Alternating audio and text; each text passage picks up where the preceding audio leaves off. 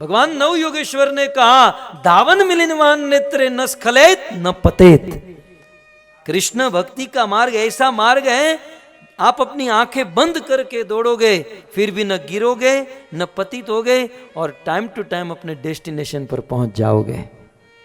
हैं, भक्ति मार्ग में आंखें बंद करके भी यदि चलो, नहीं तो बताओ, कई सारे लोग महामंत्र जपते हैं, मंत्र का अर्थ भी नहीं जानते हैं, लेकिन फिर भी भगवान का नाम लिया, पा गए, हो गए पवित्र। आपको रोग हुआ है, डॉक्टर के पास जाते हो, डॉक्टर दवाई देते हैं, उस दवाई का कॉम्बिनेशन आपको पता हो या न हो, दवाई ली, रोग गायब। ठीक उसी प्रकार वेद शास्त्र, ये ज्ञान, ये उपदेश आपको पता हो या न हो, हरि का नाम लिया, महामंत्र लिया, सारे पापों से मुक्त और वैकुंठ की प्राप्ति हो जाएगी। ये मार्ग है, ये मार्ग है।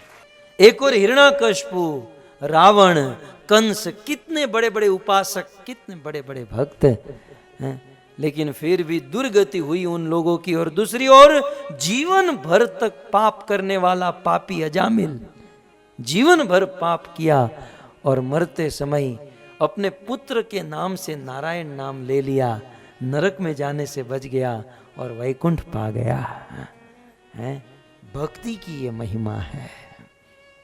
इस भक्ति मार्ग पर कोई आंख बंद करके दौड़े। उपासना मार्ग में, कर्म कांड में, यदि मंत्र में, श्लोक में थोड़ी सी गलती हो गई, वही मंत्र रिएक्शन देंगे, वही आपको बर्बाद कर देंगे। लेकिन भक्ति के मार्ग में, अरे थोड़ी नहीं, बहुत ज्यादा भी गलती हो गई, हमारे कृष्ण को, हमारे राम विष्णु को गलती दिखाई ही नहीं देती है।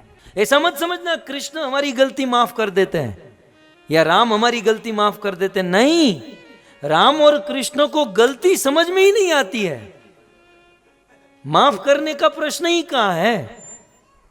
नहीं तो मुझे आप बताओ कि पूतना राक्षसी कितनी बड़ी गलती करने आई थी, अपने स्तन पर कालकुट विष लगाकर आई थी कि मैं कृष्ण को जान से मार दूंगी। कितना बड़ा जघन्य पाप, कितना बड़ा अपराध करने आई थी। विष लगाकर आई और कृष्ण को जान से मारने गई, लेकिन पूतना ने विष पिलाने के बहाने कृष्ण को दूध पिलाया, है ना, दूध के बहाने विष पिलाना चाहती थी। तो कृष्ण को यह समझ में आया कि ये मुझे दूध पिला रही है, यह समझ में नहीं आया कि मुझे विष पिला रही है। कृष्ण ने एक सेकंड के लिए भी यह नहीं सोचा कि ये मुझे मारने आई है, मुझे मार रही है। कृष्ण तो केवल पॉजिटिव चीज ही देख रहे हैं कि जो भी हो मुझे दूध पिला रही है। और इसीलिए कृष्ण ने पूतना को मारा नहीं, तार दिया। लेभे गतिम धात्री, पूतना को अपनी मां बना लिया, वैकुंठ में भेजा और वहां कृष्ण उनके पुत्र बन गए। ये कृष्ण, ये भगवान ऐसे हैं, ये भक्ति का मार्ग ऐसा है जहां कोई गलती देखी नहीं जाती। रत्नाकर नाम का डाकू रात दिन पशुओं को मारता था, काटता था, खाता था, जैसे फतिया वाले। समुद्र में हाथ डाला, निकाला, जो भी है उसे थोड़ा फ्राई करके खा जाते हैं, जो भी मिल जाए उसे। यहां तो सब कुछ खाते हैं। रत्नाकर डाकू पशुओं की हिंसा करता, मारता, काटता, खाता। नारद मुनि की कृपा हुई, नारद मुनि ने उपदेश दिया, इनके हृदय में हृदय परिवर्तन हुआ। लेकिन उस रत्नाकर डाकू ने कहा कि मुझे इन किए हुए पापों से मुक्त होने का कोई प्रायश्चित? बोले हाँ, राम नाम का जाप करो। अब दिया गया राम नाम और बोलने का अभ्यास था मरा। किसी को भी मारकर ये मरा, ये मरा, ये मरा, मरा बोलने का अभ्यास। और इसको कहा गया राम बोलो, ये राम राम राम राम, मरा मरा मरा मरा। बोलता था राम लेकिन हो जाता था मरा। हाँ?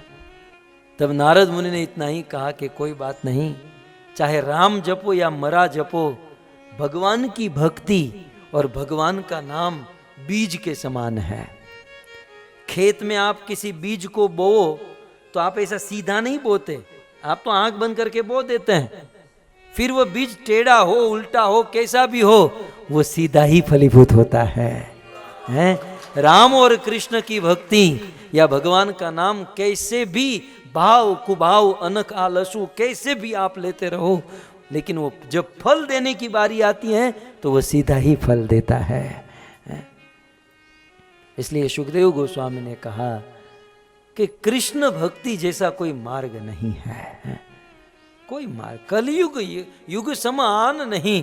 और कृष्ण भक्ति में भी कैसा मार्ग, सुशीला साधवो यत्र नारायण परायणा। और कृष्ण की भक्ति में सबसे बड़ी बात क्या है, इस कृष्ण भक्ति के मार्ग में सपोर्ट देने के लिए सुशील साधु लोग मिलते हैं। आप किसी तपस्या के मार्ग में जाओ, क्रोध के अलावा कुछ नहीं करते हैं। एक तो खा खा के भूखे होते हैं और भूखे पेट इतना क्रोध करते हैं ये साधु लोग, लेकिन भक्ति मार्ग में खुद भी खाता है, दूसरों को खिलाता है। भक्ति के पहले लोग सूखे पतले होते हैं, भक्ति में आने के बाद पेट पूरा बाहर आ, स्पेयर में एक पेट हो जाता है। आनंद करो, आकंठ खाओ, आकंठ खाओ। भक्ति में सुशीला साधु यत्र। भक्ति में सबसे बड़ा बेनिफिट क्या है कि भक्ति में ऐसे साधु मिलते हैं जो हमें भक्ति में प्रोग्रेस कराते हैं। ये है भक्ति। नहीं तो आज इस संसार में अपने सगे भाई को समय देने का टाइम नहीं है किसी के पास, लेकिन बड़े बड़े एमबीए बीबीए बड़ी बड़ी डिग्री प्राप्त करने वाले यदि चाहे तो 1 मिनट में करोड़ों कमा सके, अपना घर बार सब कुछ छोड़कर धोती कुर्ता पहनकर समाज के पास जा जाकर प्रवचन सुनाते हैं, कथा सुनाते हैं, ज्ञान देते हैं। क्यों? क्योंकि ये भक्ति मार्ग है। अपना सब कुछ छोड़कर, जैसे मोमबत्ती खुद खत्म हो जाती हैं लेकिन दूसरों को प्रकाश देती हैं, अगरबत्ती खुद खत्म हो जाती हैं, राख हो जाती हैं, लेकिन दूसरों को सुगंध देकर जाती हैं। ठीक उसी प्रकार भक्ति में ऐसे साधु गुण मिलते हैं जो अपने जीवन की ओर नहीं देखते, खुद फना हो जाते हैं, बर्बाद हो जाते हैं, लेकिन समाज को सुख प्रदान करते हैं, समाज को शांति, समाज को भक्ति प्रदान करते हैं। गाय का दूध अपने लिए नहीं होता, वो दूसरों के लिए दूध देती है। नदी का जल अपने लिए खुद नहीं पीती, वो दूसरों को जल देती है। और वृक्ष का फल अपने लिए नहीं, वो दूसरों के लिए होता है। भक्ति मार्ग में साधुओं का जीवन अपने लिए नहीं, समाज और संसार का कल्याण करने के लिए होता है। सुशीला साधुओं यत्र नारायण परायणा। इसलिए सुखदेव जी कहते हैं कि भक्ति, कृष्ण भक्ति जैसा कोई मार्ग नहीं है।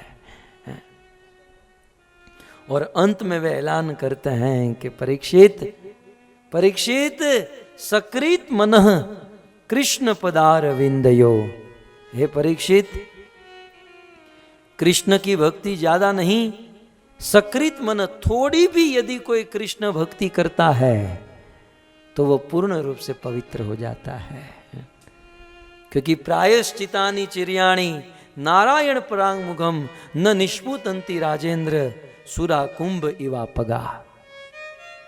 वो दृष्टांत देते हैं कि शराब का भरा हुआ घड़ा घड़ा हो, शराब की बोतल पैक हो, फिर उस बोतल को गंगा नहलाओ, यमुना नहलाओ, गोदावरी नहलाओ, जब तक उसमें शराब भरी हुई है वो पवित्र नहीं हो सकती। ठीक उसी प्रकार हमारे अंदर जब तक पाप भरे हुए हैं, कितना भी प्रायश्चित करें, हम पूर्ण पवित्र नहीं हो सकते। यदि पूर्ण रूप से पवित्र होना चाहते हैं तो भगवान कृष्ण की भक्ति करनी चाहिए। सबसे पहले वीडियो पाने के लिए लाल गोविंदास YouTube चैनल को सब्सक्राइब करें और बेल आइकॉन को प्रेस करना ना भूलें।